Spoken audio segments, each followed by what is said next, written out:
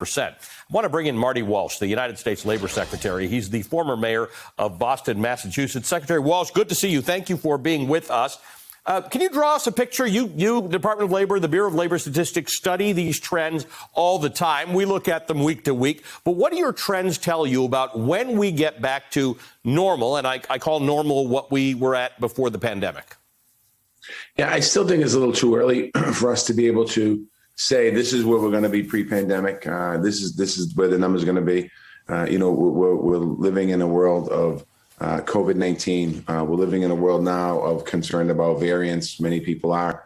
We're living in a world of businesses that some businesses completely shut down in the beginning of the pandemic. Some aren't going to reopen. So it's hard to forecast. But I do feel good. The president's economic plan that he put in front of us and put in front of this country in the beginning of his presidency here. We saw 3.1 million jobs come back into the economy. We're continuing to make investments in the American Rescue Plan. We're continuing to see great strides. I've been all over the country, seeing that restaurants and businesses and tourism's coming back.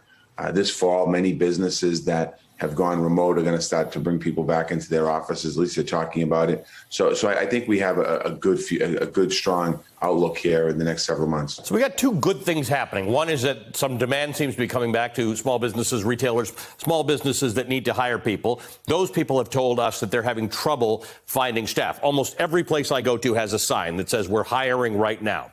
On the other hand, we have seen a competition for wages increase. So wages are going up, and a number of governors are treating this as a bad thing. They're saying because of the extended unemployment benefits that are soon coming to an end, employers would have to pay up to get employees.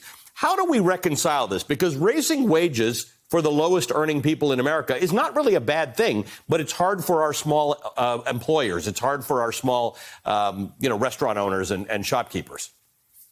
Yeah, there's certainly nothing wrong with people making more money, and I certainly support that. The president supports that.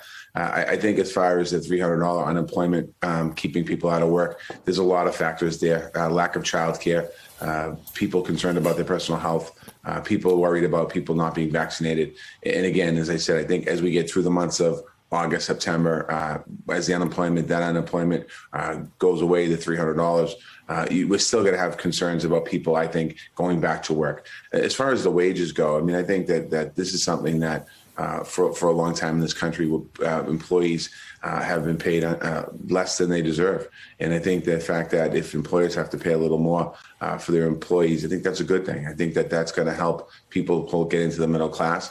And certainly we just need to continue to make sure we support the ecosystem around those businesses as well, so those businesses continue to do well. I mean, we can't just have businesses go out of business here because they have to pay their employees money. What we need to do is make sure we can continue to support the whole ecosystem. So let's press that a little bit, because you're right. If the ecosystem is such that people earn more money, hence they spend money, hence those businesses that pay people more money also earn more money, that's what success looks like on this front. But that could take years of adjustment to get there. So how do you, because you were a mayor, you had to deal with small businesses all the time. How do you move the whole ecosystem forward where we become a higher earning, higher paying society?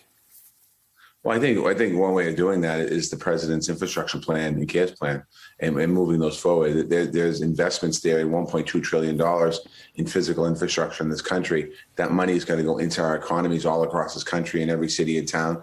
And in the CARES economy, where we're going to be making investments to make sure that we have high quality care for our older people, for our older adults, for our children. Those are things that continue to push our economy forward, and will continue to keep our economy going for the next generation, quite honestly. And let me ask you quickly, Secretary, is there a way to take advantage of the fact right now that we have been short of a number of skilled workers in this country for years, and now we've got people who are reconsidering going back to their jobs or looking for more money? Is this an opportunity for that retraining that we've been talking about for years? Oh, yeah, it's a big opportunity for big retraining, and it's incumbent upon us here at the Department of Labor to make sure that we get those training dollars that Congress appropriated and that the Senate appropriated and the President, and we get those on the street. I think that there's an opportunity here, a big opportunity in this country to retrain and help people find new careers that can advance themselves. So we are at a moment. The thing about this moment in time, we've never really lived through anything like this. We've never gone through I don't know if we can call it a recession, but we've gone through a COVID period of time where so many people were laid off, so many people were unemployed, and now we're coming out of a COVID time. People are certainly concerned about what the future looks like. Lots of people during the COVID, during this period of the last 16, 18 months have been thinking about, am I in the right career? Should I change my career? So now is the time to really make investments in job training, workforce development, and working with businesses all across America to help them prepare workers for the future. Yeah, it does seem that people are thinking about it of their own volition. What a great thing to encourage. Secretary, good to see you. As always, thank you. Marty Walsh is the U.S. Secretary of Labor.